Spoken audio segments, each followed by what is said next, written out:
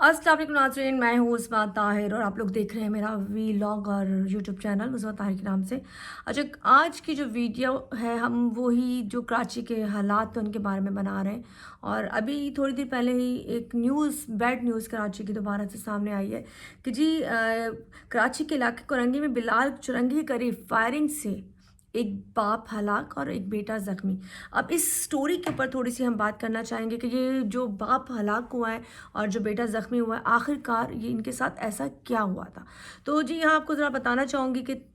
ये जो बाप था वो ठेकेदार था, एक फैक्ट्री जो थी वहाँ पे काम करता था, ठेकेदार था। और वहाँ से इसका बेटा भी वहीं पे मुलाजिम था और ये बैंक गया था मुलाजमों की पैसे मतलब निकलवाने के लिए, पैसे निकलवाने के लिए। जब बैंक से निकलता है और वापसी में, जो बाप का नाम है अब्दुल मालिक और इसके बेटा काशिफ ज़ख्मी हुए हैं, दोनों जो बेटा काशिफ है और बाप का नाम अब्दुल मालिक है। पैसे की मुंतकली के दरमियान अब्दुल मालिक जान बहक हुआ। मतलब हुआ ये कुछ इस तरह से कि जब ये पैसे लेके अपने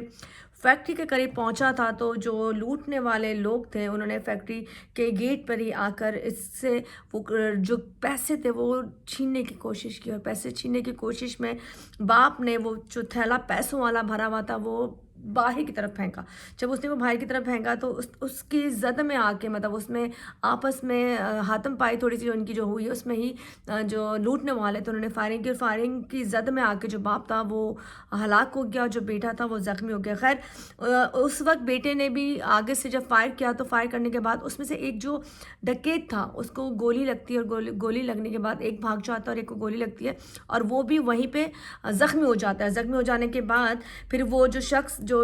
थैला उसके पास होता है पैसों वाला वो वहीं का वहीं गिर जाता है, जिसकी वजह से जो मकामी लोग होते हैं जितने भी होते हैं जब वो देखते हैं, क्योंकि ये जो रकम थी अच्छी खासी रकम थी लेकिन उसमें से आधी रकम जो डकैत के पास होती है, क्योंकि आधी तो वहाँ गिर जाती है और आधी जो डकैत के पास होती है वो भी उन लोगों तक पहुँच जाती है जो वहाँ करीब के लोग होते हैं और लोगों ने पैसे जमा करने शुरू कर दिए। अब थोड़ा सा यहाँ मैं आपको स्टोरी बताना चाहूँगी कि मुलाजमान ने फैक्ट्री के दरवाजे पर ही बाप बेटे को निशाना बनाया।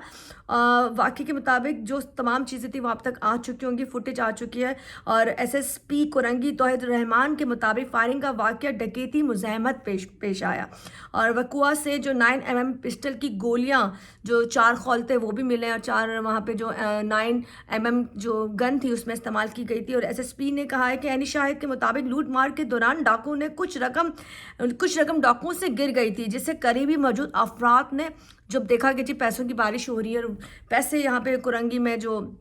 जगह है, जो फैक्ट्री है वहाँ पे बट रहे हैं या मिल रहे हैं, तो लोगों ने बाज़ाहिर पैसे जमा करने के लिए भाग दौड़ की और ये उस वक्त उसको बचाने के लिए किसी ने भी हेल्प नहीं की, ना मदद की। खैर इस वक्त पुलिस का कहना ये है कि जो तमाम व्यू था वो तमाम चीज़ें देखने के बाद फ़िलहाल अभी वो जो एक मुलजिम है जो फ़रार हो चुका है इसकी तलाश की जा रही है। देखा जा रहा है कि जी कहते हैं कि वीडियो के थ्रू सीसीटीवी फुटेज निकाली जा रही है कि आखिरकार वो कौन थे, ताकि जब उनकी शनाख्त परेड होगी, जब वो पकड़े जाएंगे तो ही पता चल सकेगा कि इन्होंने बैंक से उनका ताकुब किया या फिर किसी अंदर के बंदे ने बताया कि इस टाइम पर, इस वक्त पर जो ठेकेदार था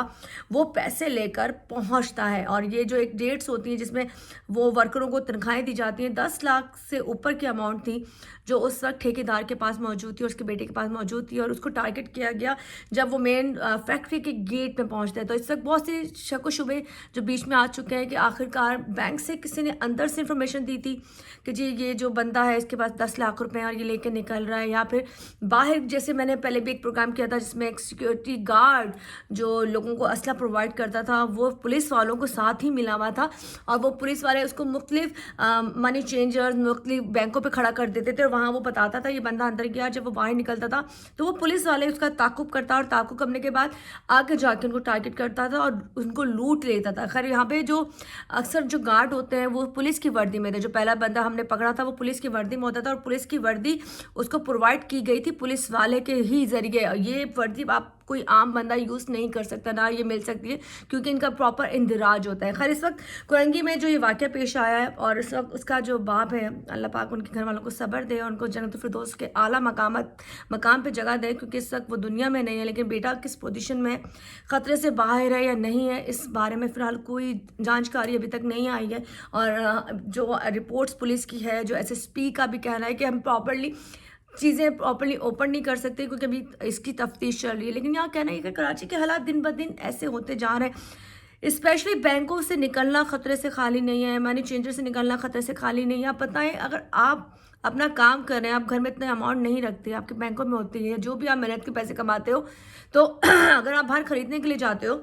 تو کیا آپ کے دل میں یہ ڈر ہے کہ آپ واپس خیریت سے نہیں آؤ گے، آپ کو ٹارگٹ کر لیا جائے گا؟ کتنا آپ کارڈوں کا استعمال کرو گے؟ ظاہر سی بات ہے، اتنی بڑی اماؤنٹ کی ٹرانزیکشن بھی نہیں ہوتی ہے کہ آپ بولیں جی 40-50 ہزار 20 ہزار لاکھ روپے کوئی مسئلہ نہیں ہے. اب اتنی بڑی اماؤنٹ کے لیے آپ لوگوں کو بینکوں کا ہی کانٹیکٹ کرنا پڑتا ہے، وہیں سے رقم نکلتی ہے اور وہیں سے لوگوں تک جاتی ہے، کیونکہ مختلف لوگوں کی سیلریاں مختلف ہوتی ہیں. خیر، یہاں پہ جو واقعہ کرنگی میں پیش آیا اس کی ہم سب بہت مزاحمت کرتے ہیں. ہم چاہتے ہیں کہ ان کے لوگوں کو، اس کے جو ملزمان ہیں، جلد سے جلد گرفتار کیے جائیں تاکہ میں